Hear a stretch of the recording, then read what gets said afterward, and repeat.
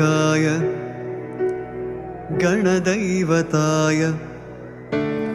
गणनायकाय गणदैवताय गणाध्यक्षाय धीमहि गुणशरीराय गुणमण्डिताय गुणेशानाय धीमहि गुणातीताय गुणाधीशाय गुणप्रविष्टाय धीमहि एकदन्ताय वक्रतुण्डाय गौरीतनयाय धीमहि गजेशानाय भालचन्द्राय श्रीगणेशाय धीमहि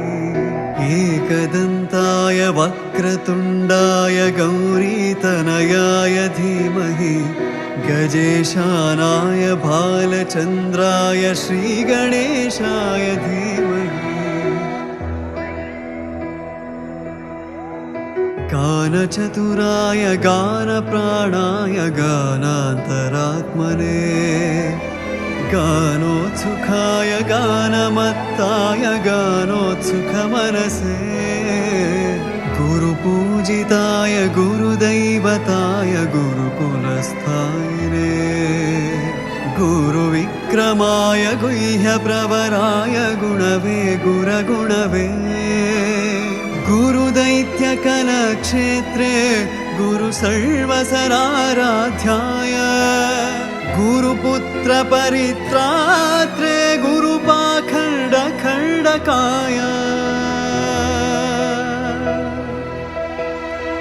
गीतसाराय गीततत्त्वाय गीतगोत्राय धीमहि